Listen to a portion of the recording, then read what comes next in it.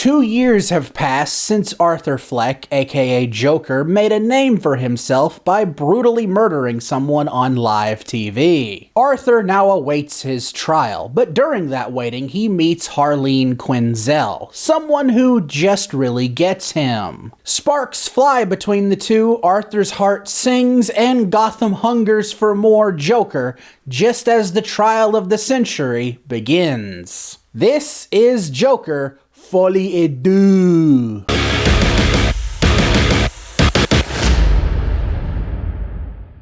Joker, Folie et Deux is the sequel to 2019's massive hit, Joker. And yes, I will not be saying Folie et Deux without an obnoxious French accent. It's like that episode of Dexter's Laboratory where you could only say omelette du fromage, but slightly more annoying because I'm doing it. Now, with all of the comic book movies we've gotten in the past over a decade, this is the first movie that's a real enigma to me.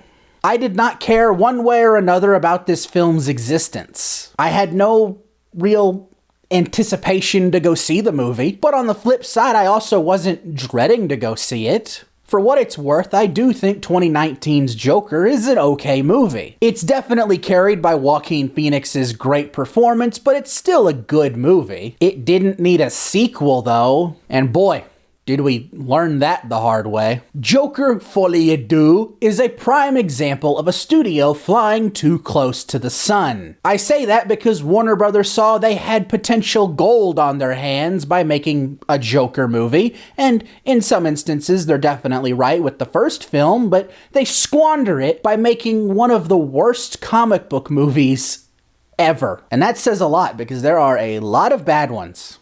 But this movie's pretentious bad, which is not a good mix with comic book movies.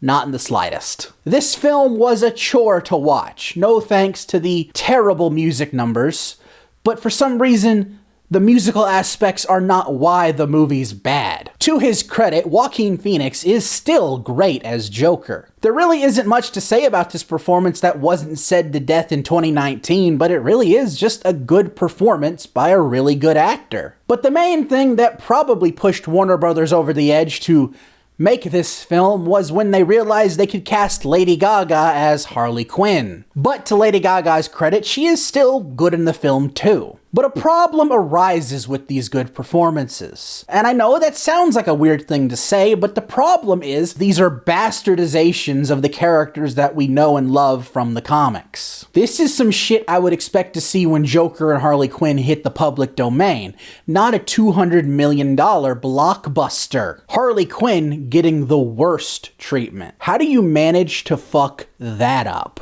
I can't begin to describe how painful this adaptation of Harley Quinn is. It's almost insulting to even put the character in the same light as this. I'll put it bluntly, Harley Quinn's the enabler in this movie.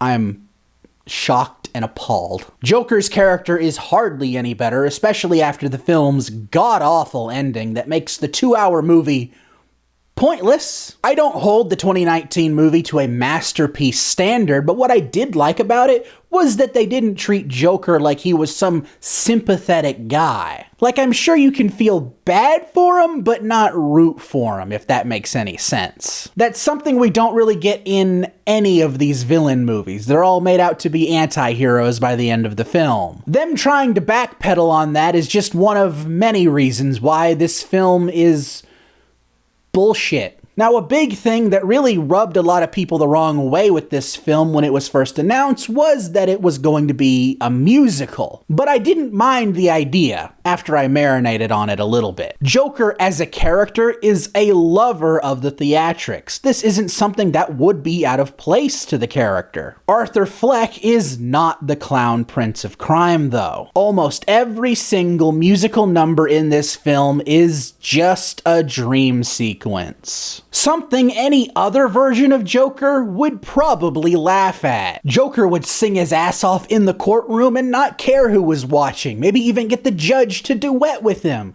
But this is just boring. And a boring musical is the last thing I would want from anything Joker related. Frankly, I believe this film is made by someone who does not like comic books, or at the very least does not like the idea of making a comic book movie, for people who don't like comic books or don't like the idea of watching a comic book movie. They do, however, like spitting in the face of the nerds who like Batman and the Joker. They even like spitting in the face of the people who liked the first film. And I guess that brings me to what the film is trying to say about Joker as a character. The idea is fine, I guess, but it's terrible for the Joker. Trying to get to the bottom of what makes Joker Joker is quite frankly a disservice to the character. He is chaos. There is no rhyme or reason to what he does. But without Batman to punch him, there really isn't much you can do without him. You could remove every single connection to the Batman mythos in this film and it'd be slightly better. Frankly, Joker is the only villain in Batman's rogues gallery that really can't work without Batman. Joker without Batman is a yin without a yang, and that's where these films really fall flat for me. This is not me advocating for a Killer Moth or Calendar Man or Condiment King movie. However, if Batman was under Sony,